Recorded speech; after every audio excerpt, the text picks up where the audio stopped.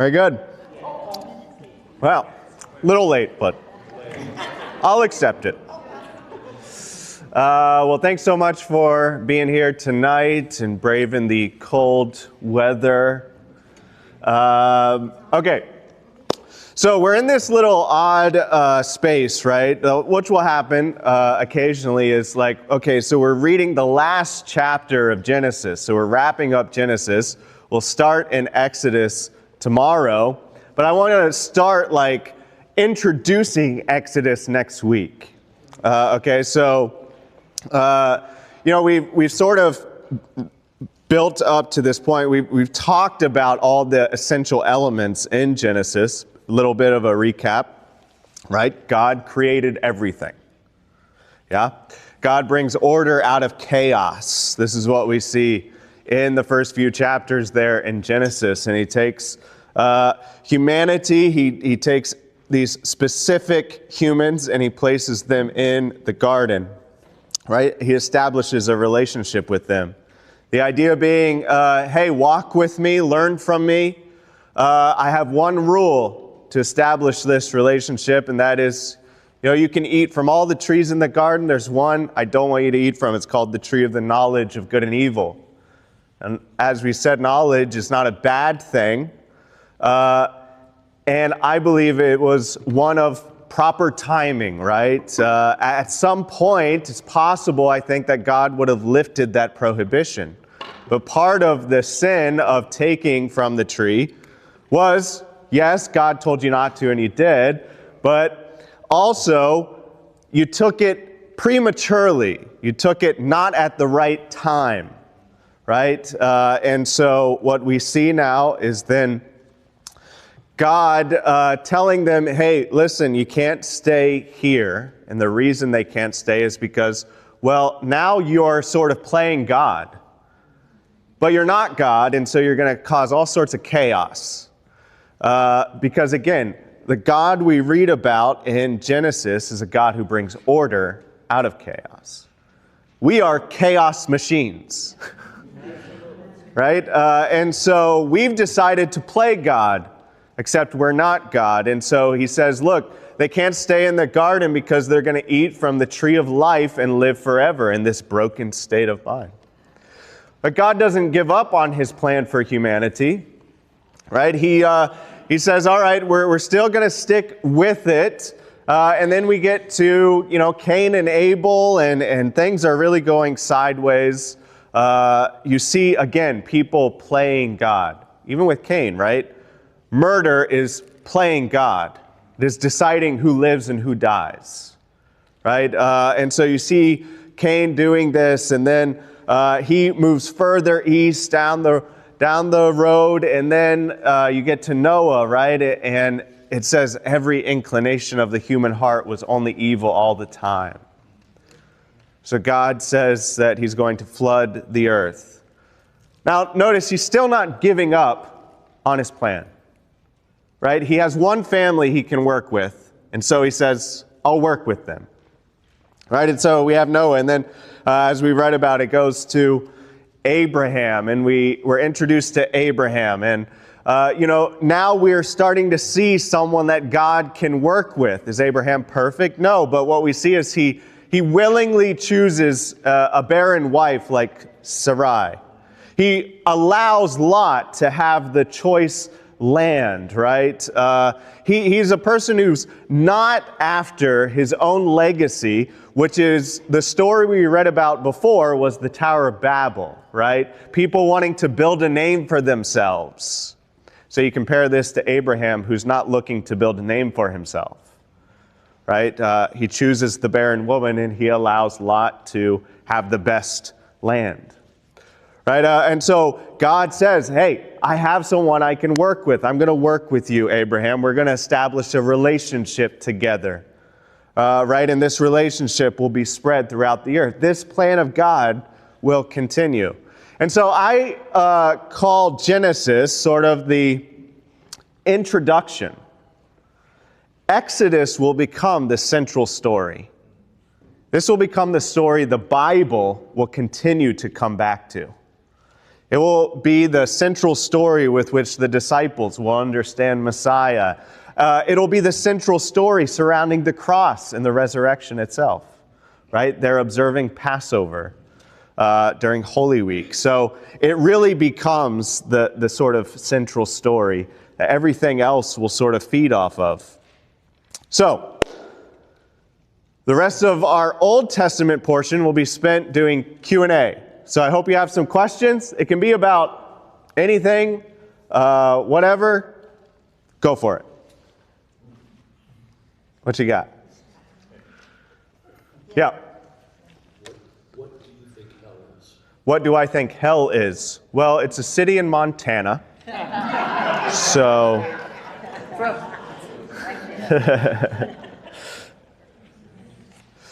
I think hell is a real place.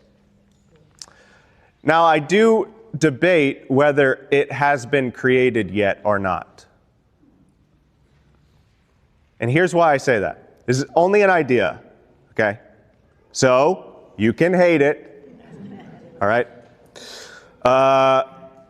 Where do we say Satan and the demons reside? Well, we say it's hell. But where do Satan and the demons seem to reside in the scriptures? On the earth. Now, there is a point at which God judges, and he's going to send Satan and the demons to hell. But I don't know if it's created yet. So that's my holdup. I do think it is a real place. I do think people will go there. I don't think God created it for people to go there. Well, no, because he didn't want anyone to go.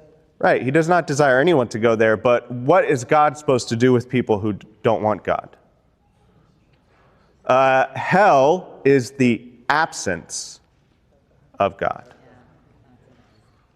So, I have a question. yeah, If you don't think it's there yet, yeah, then when Jesus died on the cross, yeah, he went to hell yeah, to get the keys to the kingdom. yeah. Well, okay, so it says he went to Sheol. Sheol, which we've translated as hell. But Sheol in a Hebrew mind was the sort of the waiting room of the dead. Almost like purgatory. Almost a purgatory of sorts. And so, I've never heard of it exactly. yeah. And so, so for instance, take something like purgatory. I don't I don't hold to a purgatory personally. I don't think it's necessary after Jesus. I think it was before. Okay. So now there's also a whole time element. God exists outside of time. All these sort of things. I understand there's gaps. And it, again, like I said, I'm not completely decided on whether I believe it's created yet or not. It's an idea that's thrown out there that I found intriguing, that I have to sort of stroke my beard and ponder. Haven't come to a conclusion yet. But, yeah. Mike? I haven't come across a solid answer on this. I just wanted your opinion on it. Yeah. I thought it was interesting that Joseph, because I was trying to illustrate it to the girls the other night, when he brought Manasseh and Ephraim in front, Yeah. that he purposely put them on the right sides, but that, right, the image of how he reached out and took his hand. Yeah. And that there, he was perturbed by that. And I'm saying that my girls, it's interesting that he being the youngest, Yeah. and we see the continuity of firstborn versus youngest, that he was mad that he blessed his youngest rather than his oldest. Yeah. I would have thought there would have been a, hey, me too. Yeah. But I don't know if you come across anything on that notion of why it angered him and what he was trying to maybe rekindle by bringing his oldest up. Let's see. Does this happen to Jacob as well? Jacob is the one that put his hands on the house. Oh, yes. Yeah, it's prophesied, right, that Esau, the oldest, will serve the youngest. And so Jacob, Israel, this has been a theme in his life.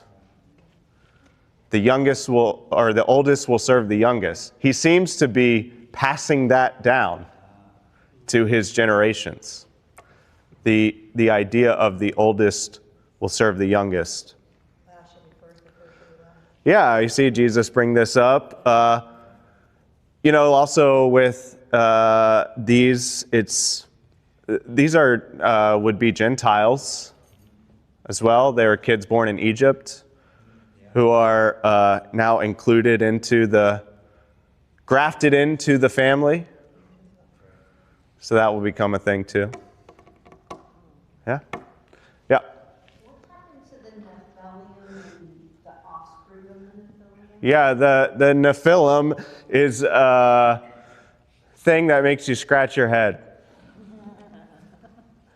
So then you read about the Nephilim in Genesis, and there's a little bit of confusing things there with the Nephilim. It says that they were they're the products of the sons of God and marrying the daughters of man. Now, there's all sorts of debate about what that means. Now, the most popular translation that sons of God means angels, that angels did this. And so a lot of translations will just put that sort of in there. But the other idea is that sons of God means sons of kings, like kings of the earth. And so that's also a part of it. But it develops all these legends, right? And then it says the Nephilim were on the earth in those days and then afterwards. Now, we're assuming they're talking about the flood, which seems possible, but how does that work, right? How is it that they're there before the flood and after the flood? I thought everything is destroyed, right? Yeah, so the Midrash, which is a Jewish commentary on the scriptures, holds that, now this is sort of ridiculous, okay? They hold that there was a Nephilim hanging on to the ark. Yes. It sounds quite humorous. Yeah. Yeah. Yeah, I mean, guy was just, hold your breath and go for it. Obviously, that sounds a bit crazy to me. I think it's possible that some of the descendants of Noah possibly had the gene. I think that's a possibility. The other possibility is more sign of It's to say that the Bible will put these things out there. Every so often, you get these things that just cannot be explained. Nephilim being one of them. To tell you that there is more going on than what you see and understand. This is a theme throughout the scriptures. Is some crazy thing will be thrown out there that people go, what do we do with this? And it's intentional by the writer to say, look, there is more beyond what you can see and consider logically. It's a whole world beyond what you can understand. And so there's an aspect of biblical study which is just simply, I don't know what to do with this. It's a reminder that there is a whole spiritual world beyond what we can conceptualize. Yeah, many people believe Goliath was part of this Nephilim ancestry. But, you also have some logical explanations for these sort of things. Andre the Giant had the same thing as Goliath. I forget what it's called, but, like the world's tallest man, he had the same thing.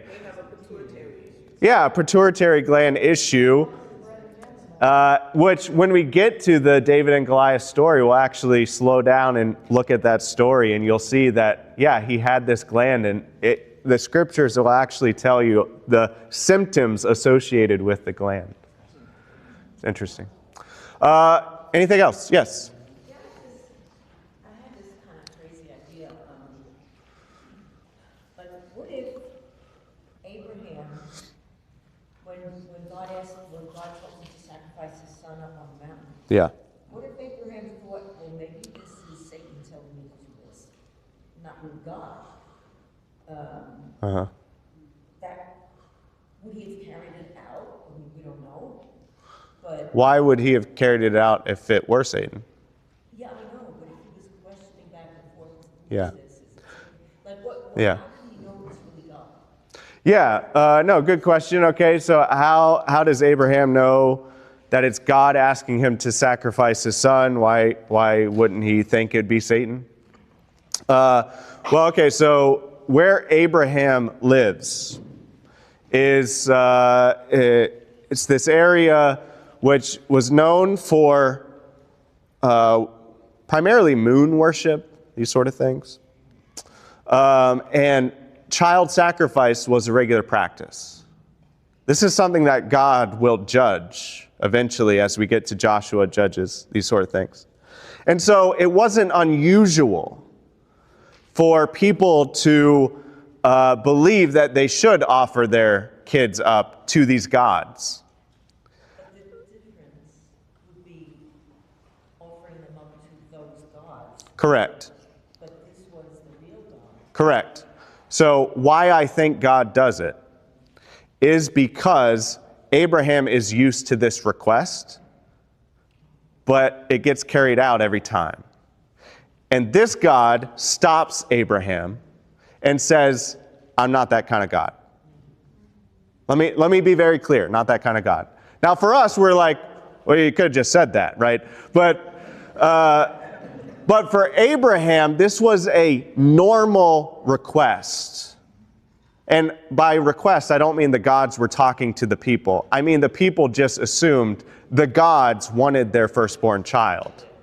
And so it would have been not unusual. And so I believe the reason God gets him to this very point is because, okay, we're just doing what everyone does, and God stops him in this, dramatic episode to say, I don't want that. Okay? I'm not that kind of God. And this will be a theme that he will continue to say. This will be something that God absolutely detests, is that people would think that he even wants this, right? So that's why, I think. Anything else? Yeah. So, just asking way out. Yeah. Questions. The concept of heaven. Concept of heaven. And I think everybody has their own concept of heaven. Yeah. Naked babies playing on clouds. That's weird. Has anybody seen Pluribus? Pluribus? Yeah. No. And you see how they're all working together? I haven't seen it. I don't know. It's just a show on Oh, okay. Apple TV, whatever. Got it. But everybody's working together. Yeah. And I think, conceptually, maybe that's what heaven is like. Sure. It's just a closeness. Yeah. Anyway. Throw that out there. So no question, just comment. What's heaven like? Have anybody seen it? Because, I've Googled it and I go, Yeah. Florida is supposed to be like heaven. No one's on it. Well, you get Nobody gets it. you get all sorts of opinions about, near our death experiences, these sort of things. I mean, you can go down quite a rabbit hole, exploring people who have been to heaven or people who have been to hell, these sort of things. Some of them have common elements in these things. I think the Bible is intentionally vague on it. Why? Well, because, how do you accurately describe something that is supposed to be perfect, beyond real description? Even if you take the simple descriptions we do have, streets made of gold. Well, that's cool. Pearly gates. But is that it? It only goes so far to really think of, so it's all really imagination. But, the scriptures seem to paint a picture of, it's back in the garden. Now, the garden encompasses the whole earth, and everything is made right. That's pretty great. I don't think we're going to be bored because God also, what did he do with Adam and Eve before the fall? He gave them tasks. He gave them, a purpose. I think there'll be a purpose in eternity. Not like a job, like a 9 to 5, punch the clock, I think everyone will be doing what they were designed to do. And I think there will be a real sense of community. And I think eternity is open to whatever God wants to do with it. I think that's part of why we have such a... Okay, this might sound a little cuckoo. I have a cold, okay? I think that's part of why God leaves the planets and the stars and all these things out there for us to observe. It's painting the possibility of a future. The galaxy is before us. I could see where God would have humanity doing all sorts of things across the universe. Talk about eternity, right? But you're not going to just be sitting on a cloud playing a harp. Thank God, because show me the brochure for hell again. Yeah. So I asked my mom this morning, but I wanted to ask you. Yeah. In Matthew, I was reading yesterday, and it said, at the resurrection, people will neither marry nor be given in marriage. They will be like the angels in heaven. Yeah. So my first thought was, does that mean my parents won't be married when they go to heaven? Hey. What? Yeah. Taken at face value, that does seem to be what it suggests. The question is, the scriptures say that at the resurrection, people will be like the angels who aren't married, right? And so, how's that work? I don't know. Isn't that when the woman that had 6 husbands? Yeah. They were giving an example of, hey, Jesus, woman had 6 husbands. Who's she going to be married to when she gets to heaven? And Jesus is like, stupid question. You should have known this, I don't know, honestly, how it works. When you hear that there's no marriage in heaven, some people are sad about that, and some people are really happy about that. Okay? Depends on your marriage, right? Do you think that... Hold on one second. So I don't know. For whatever reason, Jesus didn't seem to feel the need to go into detail. I can't imagine we won't recognize or know each other. I just don't know what that means exactly. So I'll get to you in 1 second, Tim.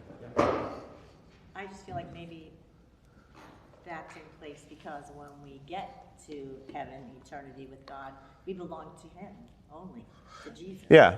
Yeah, I mean, it's certainly possible. Again, I don't really know what that means. Yeah, I just thought that was a good idea. Yeah, and people will, I think it's Mormons. Mormonism will they're super serious about marriage. Like, you get married, it's for eternity. And I don't know that you can be all that confident in that.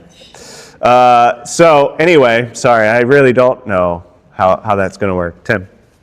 You were saying before that the description of heaven and hell is limited, just for the knowledge, right? Yeah. Do you think he does it too because he's so into our faith and trust in him, that he does that maybe even on purpose for that as well? Well, That he limits, one, of our understanding, obviously, but also he wants us to have really put our faith and trust in him. yeah, absolutely. I mean, I think, why doesn't the God just tell us when the end's going to be? That would make it so much easier. Well, because we as people will take every advantage we can.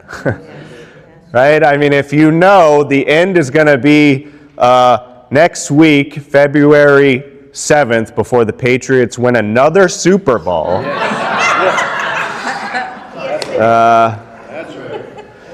Then, I'm going to do whatever I want till February 7th, right? Why doesn't God go into detail about some of these things? I think, it is, there's an invitation, even in the garden, to know God. I want you to know me.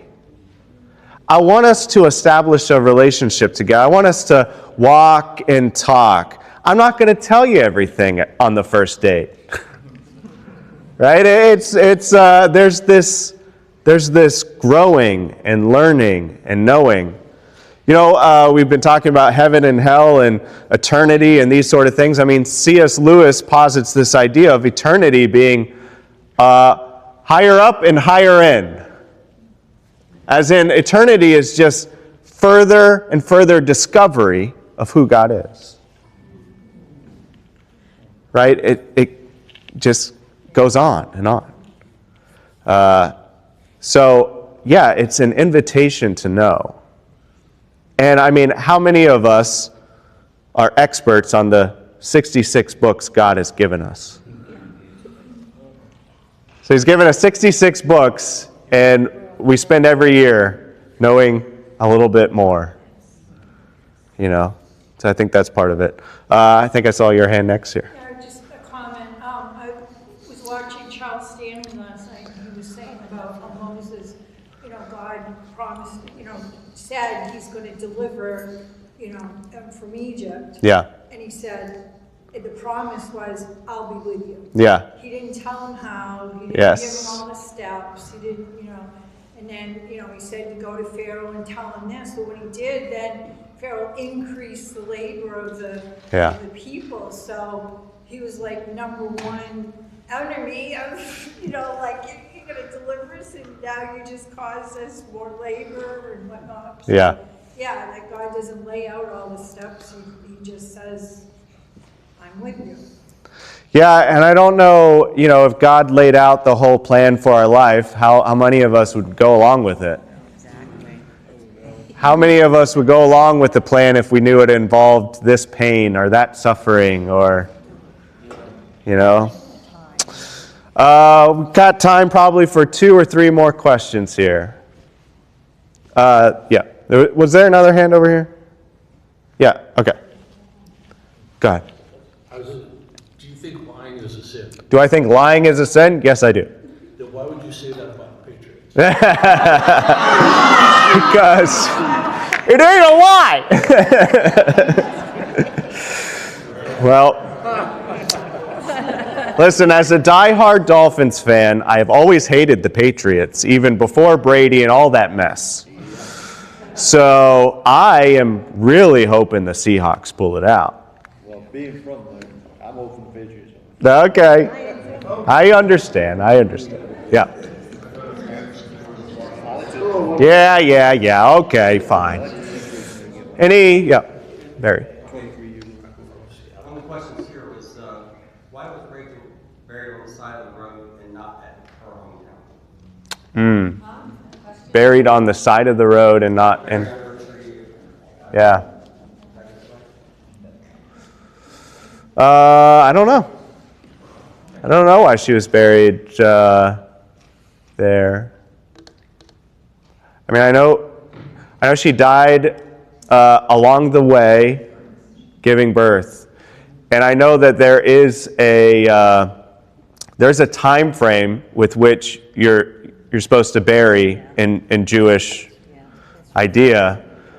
So that might be it, is we don't have time to get her where we would like her to be, so she's going to be buried here. Typically how it would work is they would put the person in and for a year. And then they would take the bones, they would come back a year later, they would take the bones and put them in the family tomb or what have you. I don't know if they did that. They might have done that with Rachel. But yeah, sorry, don't know. Yeah. I know this might be like a weird question. It's all right. I've been thinking about it ever since we read back about the ark. Yeah. So you know, like the whole scientific evolution of the animals and how like the animals probably came from the dinosaurs. Well, Yeah. does that mean there was dinosaurs on the ark and not like tigers and lions and whatever? Yes and yes. Yeah, so it wouldn't be dinosaurs the way we think of dinosaurs, like Jurassic Park. He didn't have a T-Rex on board. Thank God, right? Yeah, no, I mean, the Ark is quite large, and if you haven't been to the Ark Encounter in Kentucky, highly recommend it. You would love it. They build it to scale, and it is massive. I mean, essentially the size of a modern-day cruise ship, which is crazy. It was 3 levels, and they show you sort of each level how they would have put the specific animals in each. Now, we're thinking of like every animal we can think of shoved into the ark, but you know, the Ark Encounter will do a great job of explaining how, you know, God brings the animals to Noah, and God is bringing specifically the specific genus and species that are needed. And the smaller sizes of these animals, they would have been younger animals, not older, full-grown ones. So would they have had lions? Yeah. Not probably like adult lions, but like maybe cubs. And all of these, so yeah, things like that. Good question. Yeah, like I said, Ark Encounter does a great job. I mean, you can spend all day there. And just so much of how they got vegetation and water supply, and very interesting. Okay, one more, I'd say. One more. Yeah. When the boys all came back to see Jacob, and he's like, oh, you know, you can't go because I'm going to send Benjamin. Yeah. But then when he finally did send him, Yeah. he said, well, take some of the stuff that we have. They had some stuff. They had honey, they had pistachios. Yeah. Was it a situation like with them in the desert where it's like, okay, we had manna, we said manna? Was it that kind of thing? Or did they actually need all this other food for the animals? Yeah, it's possible they needed food not just for themselves. I mean, it says, you know, it's a famine, right? And so they probably had enough to sustain them for some months. I mean, it's going to take some months to trek down to Egypt, to get your stuff, to come back. I mean, you're talking 2 or 3 months, right? And so they would have had enough, 6 months worth, probably. But they were thinking, what about after the 6 months? You know, things like that. So, all right. Very good. Like I said, along the way, you have any questions, shoot me an email. I love engaging with people's questions. I can't promise you I have an answer. I can't promise you I have an answer you like. But I do enjoy it. So anyway, we'll take about 3 to 4 minutes, and then we'll dive into our New Testament part.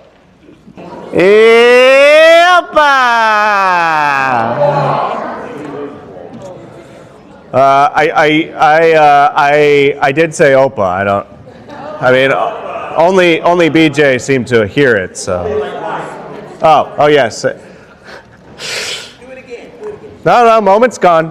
Moment's gone. So, I only have so many Opas I can give. You know. Oh, there was another one, Mister. Hey, well done, Hezzy. Yes. My son figured all this out long before me, mainly because it's been 4 years and I didn't know at all how to do any of it. So, yes, well done, my son. This is my son with whom I am well pleased. Okay, very good. All right, let's see. I'm muted there. Okay. When Jesus came to the region of Caesarea Philippi, he asked his disciples, "Who do people say the Son of Man is?" They replied, "Some say John the Baptist, others say Elijah, still others Jeremiah, one of the prophets." "What about you?" he asked. "Who do you say I am?" Simon Peter answered, "You are the Messiah, the Son of the living God." Jesus replied, "Blessed are you, Simon, son of Jonah, for this was not revealed to you by flesh and blood, but by my Father in heaven. And I tell you that you are Peter, and on this rock I will build my church, and the gates of Hades will not overcome it. I will give you the keys of the kingdom of heaven. Whatever you bind on earth will be bound in heaven. Whatever you loose on earth will be loosed in heaven." And he ordered his disciples not to tell anyone that he was the Messiah. So this is the region of Caesarea Philippi. You can go there today. And this picture here is literally called the gates of hell. What you see here is these were old temple areas, right? You see this little cave entrance. That was known as the gates of hell, right? And so this would be worship to the god Pan.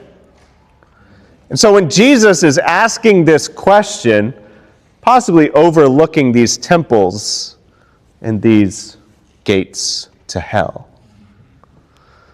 why is he asking this question, right? Well, who do the people say that I am? Well, some say you're one of the prophets, you're John the Baptist. What about you? I mean, do you think I'm just like another one of these? Right? These sort of things. And go, no, right? It's Peter's confession. You are the Christ, the Messiah, in other words.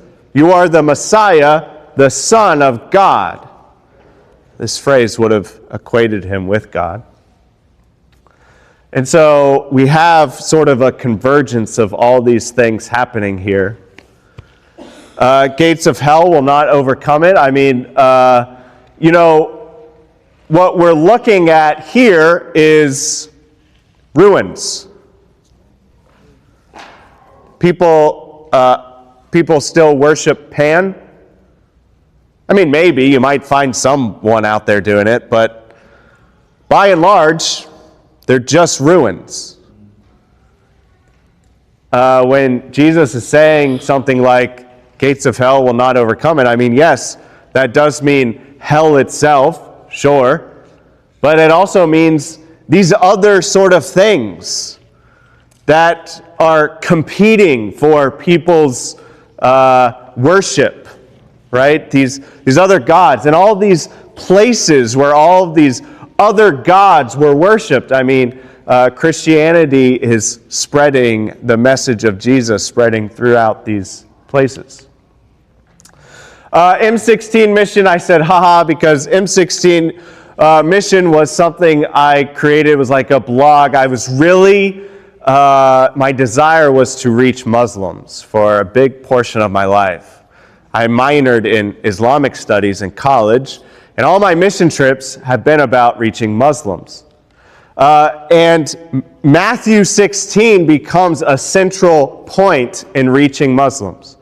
So I called it M16 mission, because it asks the question, who do you say Jesus is? And Muslims will tell you that Jesus was a great prophet, not the Son of God, because God does not have a son. To which, well, Matthew 16, in the Injil is the New Testament, right? The Gospels. The Injil says that Jesus is not just a prophet, that he is the Son of God. So, what do you do with that? It's just that sort of central question. And this is a question that everybody will have to wrestle with at some point. I believe, whether it's in this life or in the next one. Why? Because I do believe Jesus is the only way. I do believe that everyone will have to ask the question, who do you say Jesus is? Right? And we have all sorts of answers to this question. A great moral teacher, right? Many people will say, I think he was a prophet, revolutionary, right? But God and the Scriptures are always going to challenge this question to everyone. So, most important question you can ever ask. Do I have any Catholics in the room? Or former Catholics in the room? Okay. Begrudgingly put your hand up. This phrase, on this rock I will build my church, whatever you bind on earth will be bound in heaven, whatever you loosed on earth will be loosed in heaven. This has carried a lot of weight in Catholicism, right? Because this is the statement where they say, well, this makes Peter the first pope, right? Now, I do disagree with that assessment. But what exactly is Jesus commenting on here? On this rock I will build my church. Now, quite literally, I mean, this happens, right? Peter is preaching the gospel in Acts, thus the birth of what will be the church with Pentecost and all that. Okay, so that statement is true, but it also, I believe, is on Peter's confession. His confession that you are the Christ, the Son of the living God. This confession is the thing that builds the church. This is the foundation the church is built upon. And so I don't see an argument for a pope here. I do see an argument for the church. Its foundation is on this statement. That's how the church is built. This idea, too, of whatever you bind on earth will be bound in heaven, whatever you loose on earth will be loose in heaven. What you read about in Acts is the Jerusalem council coming together to decide how exactly should we tell these Gentiles to live their life. Should we tell them that they need to be circumcised, that they need to follow the laws of Moses? They come to the conclusion that no, we should tell them these few things, right? It's don't eat blood, don't eat meat sacrificed to idols, abstain from sexual immorality, and something else involving blood, I think. It's these four things. In other words, these are the things that we will bind you to, not the law in and of itself, right? This is the bound and loose thing. I have it here. Acts 15. Then some of the believers who belonged to the party of the Pharisees stood up and said, the Gentiles must be circumcised and are required to keep the law of Moses. The apostles and elders met to consider this question. After much discussion, Peter got up and addressed them. Brothers, you know that some time ago, God made a choice among you that the Gentiles might hear from my lips the message of the gospel and believe.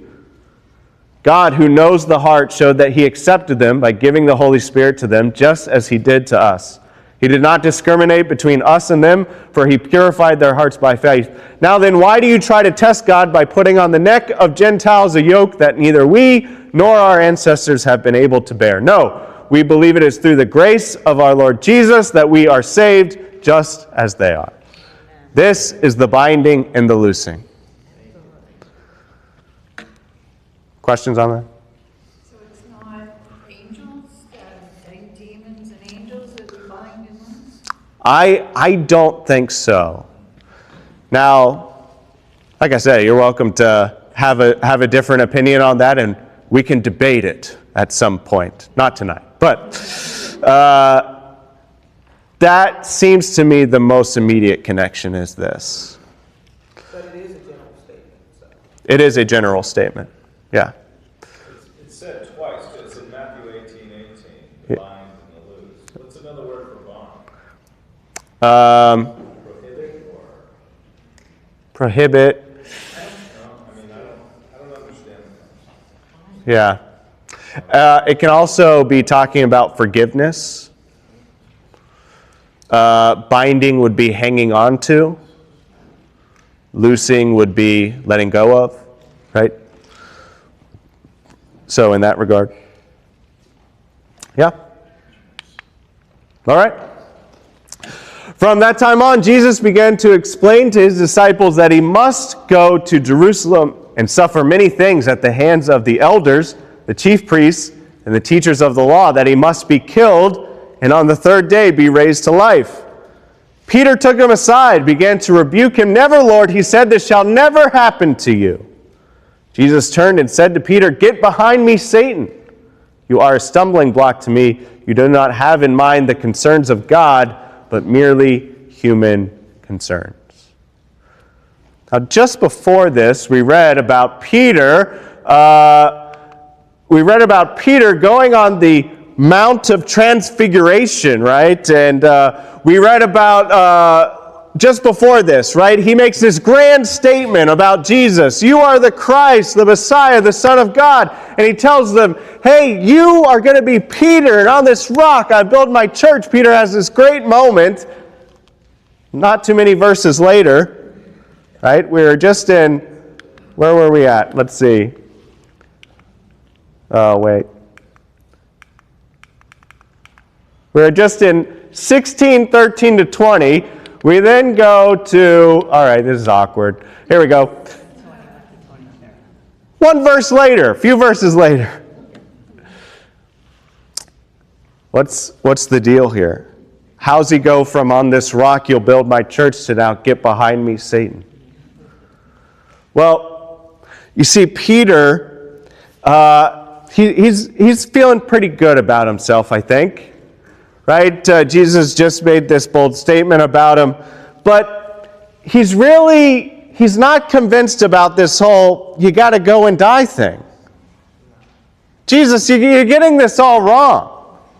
What's the point of you going to die? You're supposed to build the kingdom, right? You're supposed to get rid of those Romans. You're supposed to establish your kingdom on the earth. We're going to be like your soldiers and stuff, right? I mean, that's how this is going to work. You don't have to go through all that death stuff. Well, where has Jesus heard this before? In the wilderness. By who? Satan. One of Satan's temptations to Jesus in the wilderness is, hey, he takes him and he shows him all the kingdoms of the world, it says. which is what Jesus has come for, right? Hey, you've come for all the nations. Look, you bow down to me, I'll give them all to you. You don't have to go through that death stuff. You don't have to go through that pain. Just a quick little knee bow, I'll give all the nations to you. So, I don't think it's that Satan is literally right there. I don't think that Satan has possessed Peter. I think that Jesus is going, you know what, Peter, I've heard this before. I've heard this whole idea before. I don't have to do this cross thing, but I got to tell you, it's the plan. You don't have in mind the things of God here. You have the easy way out, the convenient way out. That's why I think Jesus is calling him Satan there. Matthew 16:28 says, truly I tell you, some who are standing here will not taste death before they see the Son of Man coming in his kingdom. Now, there are some atheists who will say, this is proof that Jesus was a fraud, right? He says, look, I'm going to come back, I'm going to establish my kingdom, right, before you all die. And that doesn't seem to happen. But what's the very next thing we read about? The transfiguration. After 6 days, what do you say? Some of you will not taste death before you see the Son of Man coming in his kingdom. After 6 days, Jesus took with him Peter, James, and John, brother of James, led them up a high mountain by themselves. There he was transfigured before them. His face shone like the sun. His clothes became as white as light. Just then there appeared before them Moses and Elijah talking with Jesus. Peter said to Jesus, Lord, it is good for us to be here. If you wish, I will put up 3 shelters, one for you, one for Moses, one for Elijah. While he was still speaking, a bright cloud covered them, and a voice from the cloud said, this is my son whom I love. With him I am well pleased. Listen to him. When the disciples heard this, they fell face down to the ground, terrified, but Jesus came and touched them. Get up, he said, don't be afraid. When they looked up, they saw no one except Jesus. You see, in this moment, they see what will be the resurrected Christ. They're like getting a preview of this. They're getting a preview that this kingdom is very real, alive, and well. He's up there with Moses and Elijah, right? In the Jewish mind, Moses will represent the law. He is the symbolic picture of the law. If you're going to put the law into one person, it's Moses. Elijah represents that for the prophets. Okay, so what Jesus is doing here is he is showing them that he is the culmination of the law and the prophets. Now, people comment on this little comment by Peter, and some of your Bibles will even say, like, Peter will say this thing, Lord, it's good for us to be here. If you wish, put up 3 shelters. He'll say, Peter, he's just saying something. He doesn't know what to say in this moment. So he just blatters out this thing. And so we give Peter a hard time about that. But I think Peter might have known his story a little bit better than us. I think Peter was picking up on something that Jesus was very clearly putting down. Let me explain. Oh, yeah. So they believe that this transfiguration happens on Mount Hermon. There's a whole lot of legendary stories around Mount Hermon. Old legends about gods and portals and all these sorts of things. It's hard to know exactly what the disciples would have known about all those things, but Mount Hermon is the highest mountain in the area, and even still to this day you can find all sorts of these like altars and stuff to spirits and all of these other gods. It'd be quite interesting that Jesus chose this mountain to do that on, right? Again, making this statement of being above all other gods, right? But as I said, it is a deep rabbit hole. So be aware. 3 go up with Jesus. This might seem rather insignificant, but the glory settles on the mountain and God speaks. Well, in Exodus 24, Moses, Aaron, Nadab, and Abihu, and the 70 elders of Israel went up. Notice it highlights these 3 others who went up with Moses. And saw the God of Israel. Under his feet was something like a pavement made of lapis lazuli, as bright blue as the sky. But God did not raise his hand against these leaders of the Israelites. They saw God, and they ate and drank. It seems to be replaying this moment. And then, very next chapter, then have them make a sanctuary for me, a tabernacle, and I will dwell among them. Make this tabernacle and all its furnishings exactly like the pattern I will show you. So Peter said, Lord, it's good for us to be here. If you wish, I'll put up 3 shelters for you. It seems that Peter knows his Bible perhaps better than we do. He's realizing that Jesus is replaying this moment with Moses and God on a mountain. Very interesting.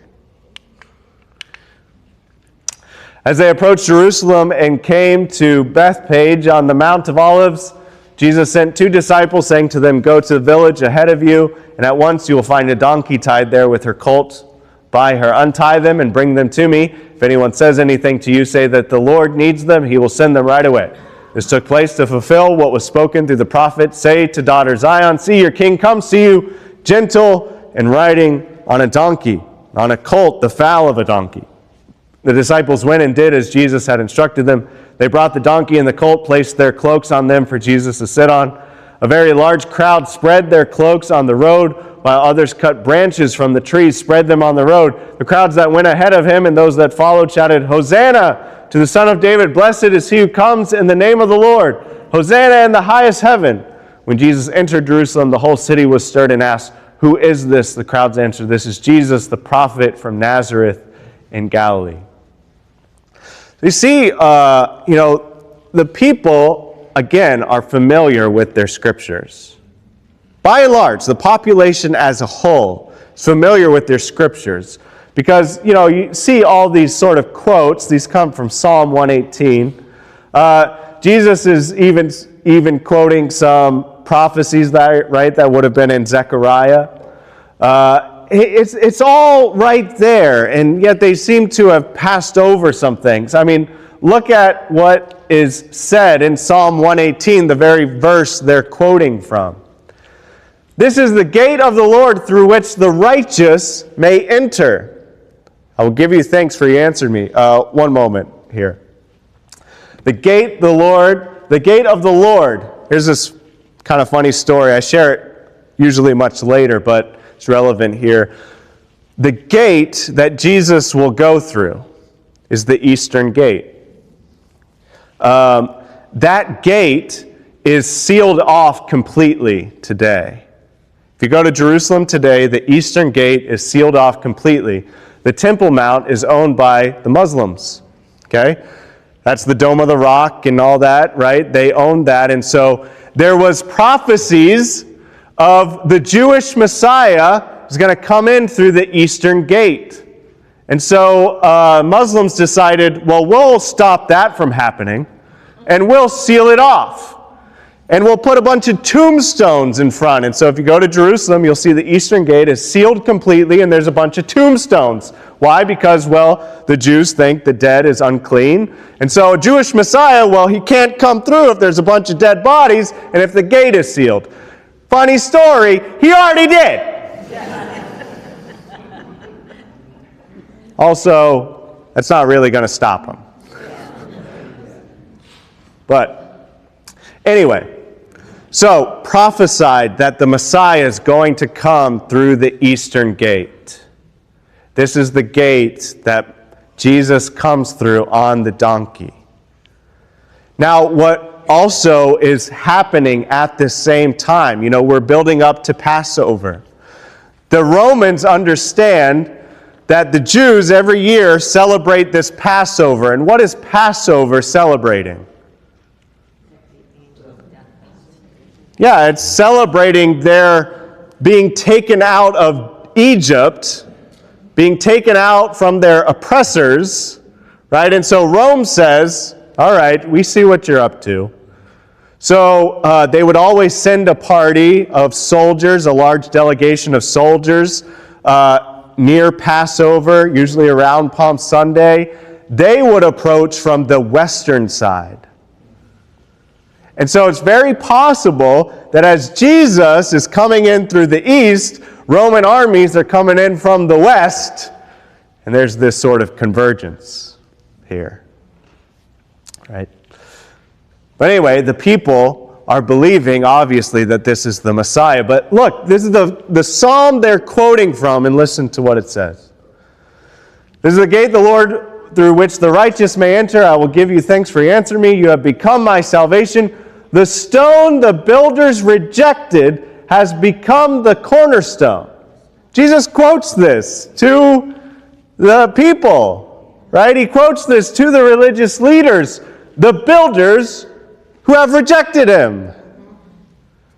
The Lord has done this. It is marvelous in our eyes. The Lord has done it this very day. Let us rejoice today and be glad. Lord, save us. Lord, grant us success. In a word, Hosanna. That's what that phrase means. Blessed is he who comes in the name of the Lord. These are the things they're shouting. From the house of the Lord we bless you. The Lord is God, and he has made his light shine on us. With bows in hand, join in the festal procession up to the horns of the altar. You are my God, and I will praise you. You are my God, I will exalt you. Give thanks to the Lord, for he is good. His love endures forever. You see, they believe the Messiah is going to come through that eastern gate, and he's going to go right up to the temple. And he does. But what's he do? Jesus entered the temple courts, drove out all who were buying and selling there. He overturned the tables of the money changers, the benches of those selling doves. It is written, he said, to them my house will be called a house of prayer, but you are making it a den of robbers. Both of those are quotes from the prophets. So, now the people are all sorts of confused. Oh, you're the Messiah. Why are you going to the temple and flipping the tables? Well, why are you turning on us? You're supposed to be our Messiah. You're supposed to turn on them.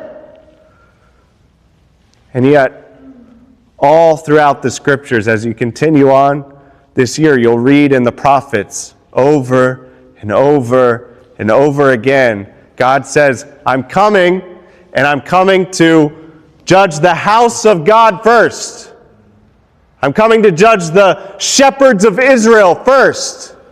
I'm coming to judge the priests and those who run amok in the temple first. They missed all that. It was all right there.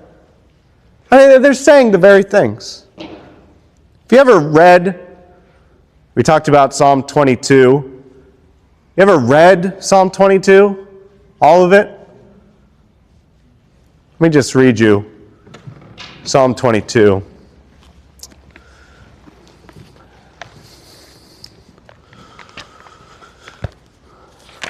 Tell me you don't think of Jesus when you read this psalm.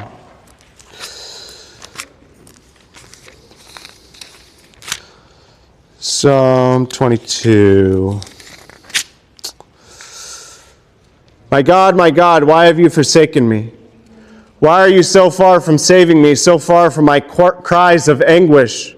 My God, I cry out by day, but you do not answer, by night, but I find no rest. Yet you are enthroned as the Holy One. You are the one Israel praises. And you, our ancestors, put their trust. They trusted and you delivered them. To you they cried out and were saved. And you they trusted and were not put to shame. But I am a worm and not a man, scorned by everyone, despised by the people. All who see me mock me. They hurl insults, shaking their heads. He trusts in the Lord, they say. Let the Lord rescue him. Are these not the very words the people say? So is it possible they know exactly what he's quoting from? And yet they miss it. They know exactly what he's quoting from.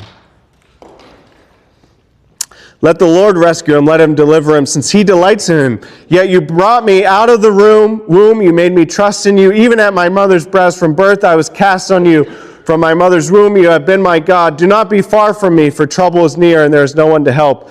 Many bulls surround me, strong bulls of Bashan encircle me, roaring lions that tear their prey, open their mouths wide against me. I am poured out like water. All my bones are out of joint, my heart is turned to wax. It has melted within me. My mouth is dried up like a potsherd, and my tongue sticks to the roof of my mouth.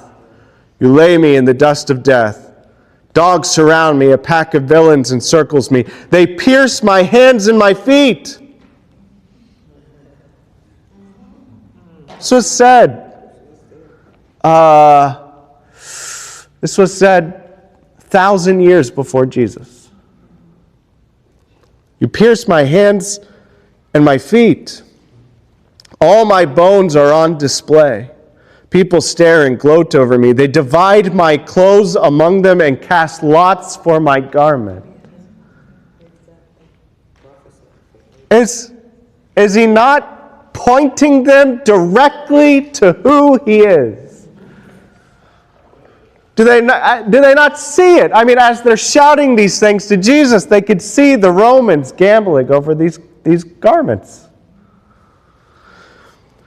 But you, Lord, do not be far from me. You are my strength.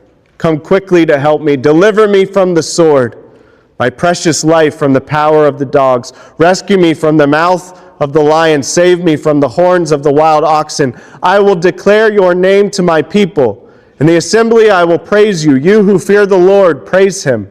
All you descendants of Jacob, honor him. Revere him, all you descendants of Israel, for he has not despised or scorned the suffering of the afflicted one. He has not hidden his face from him, but has listened to his cry for help. From you comes the theme of my praise in the great assembly. Before those who fear you, I will fulfill my vows. The poor will eat and be satisfied. Those who seek the Lord will praise him. May your hearts live forever. All the ends of the earth will remember and turn to the Lord, and all the families of the nations will bow down before him. For dominion belongs to the Lord, and he rules over the nations. All the rich of the earth will feast and worship. All who go down to the dust will kneel before him. Those who cannot keep themselves alive, posterity will serve him. Future generations will be told about the Lord. They will proclaim his righteousness, declaring to a people yet unborn, he has done it. It is finished. It's all right there.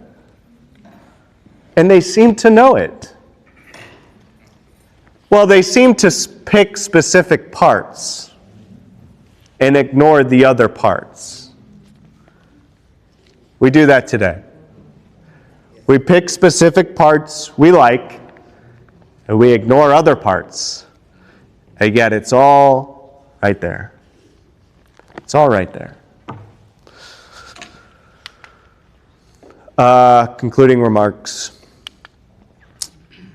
Who would Jesus hang out with / be angry with today? Hint, hint, I think everyone gets this wrong. Because we think, well, Jesus would hang out with the sinners.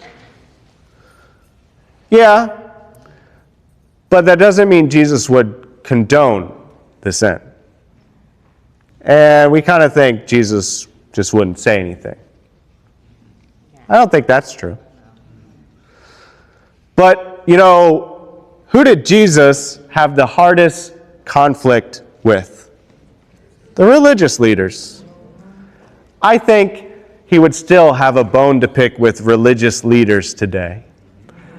I think Jesus would still have a bone to pick with many pastors. I don't know that Jesus would get along with a lot of pastors. I think Jesus would hang out with people who desired to know God, but maybe they didn't know what to do with that. Maybe they were sort of in this place of, I know I'm a sinner. I don't really know what to do about it. I think Jesus would hang out with those people. The people who think they have it all together, I think Jesus would correct that. The people who put a smile on their face and think they need to have everything perfect in their life, I think Jesus would correct that. Like I said, I don't think Jesus would get along with a lot of pastors.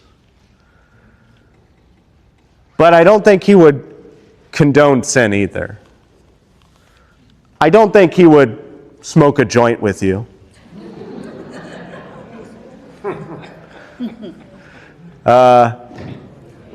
He may hang out with you while you do, but anyway. I had this part, I actually gave this book away, so I don't have it, so I don't have these pages here. There's a lot of opinions about Rob Bell.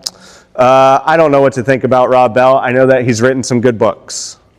Some people, they don't like Rob Bell because he wrote a book called Love Wins, in which people think that what he was arguing for was universalism, which is everyone eventually goes to heaven. I actually think people misunderstand that book. Because I actually believe C.S. Lewis made the same argument that Rob Bell makes in his book, but nobody gets upset at C.S. Lewis. So I think Rob Bell has been misunderstood.